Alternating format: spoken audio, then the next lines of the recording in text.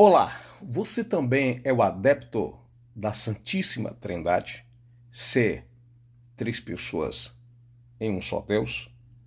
Ou você entende que a Trindade é uma heresia e que, na verdade, é um Deus que se revela de três maneiras?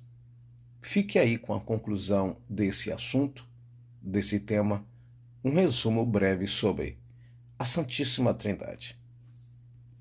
Sabe como um único versículo, escrito há quase 2000 anos, pode acabar definindo uma das ideias mais centrais e, olha, mais debatidas do cristianismo? Hoje a gente vai mergulhar no passo a passo de um argumento teológico para entender direitinho como a interpretação de um texto constrói um conceito tão fundamental quanto a natureza de Deus. E a grande pergunta é essa, um dilema que atravessa os séculos. Quando a Bíblia fala do Pai, do Filho e do Espírito Santo, ela está falando de uma única pessoa que se mostra de jeitos diferentes? Ou será que são três seres distintos? Vamos ver como um argumento bem específico tenta resolver esse quebra-cabeça.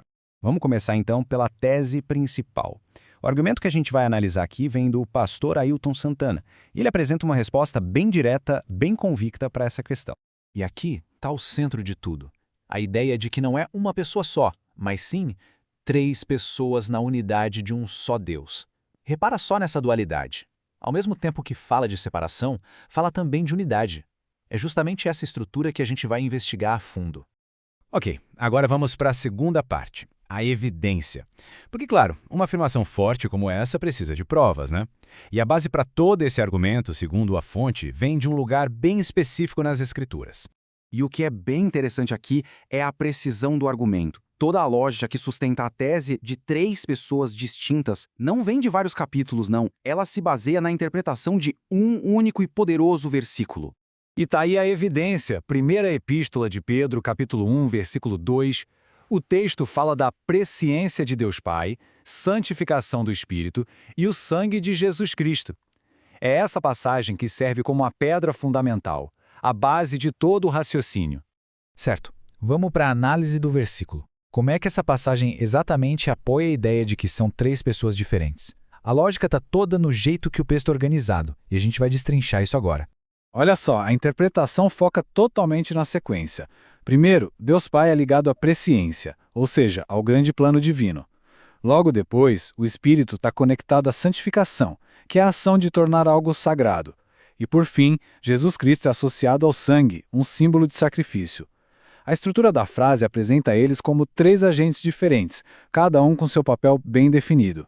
E essa separação no texto é o ponto-chave da evidência. A partir dessa leitura, o argumento conclui: não é uma figura só, mas três pessoas. Mas aí vem a pergunta, né? Se são três, como é que se tornam um? Bom, e isso nos leva direto para a segunda parte da tese, a lógica da unidade. Se o versículo aponta para três pessoas distintas, como é que elas formam a unidade de um só Deus? A argumentação tem uma conclusão lógica para isso também. Aqui a diferença fica bem clara. De um lado tem a ideia de que o Pai, o Filho e o Espírito são só, digamos, facetas diferentes da mesma pessoa. Do outro lado, a gente tem a tese que estamos analisando. São pessoas distintas, mas que estão unificadas. É justamente a menção separada das três figuras lá em 1 Pedro 1:2, que é usada como prova para defender o argumento da direita. E assim que o argumento se fecha, que o quebra-cabeça se monta.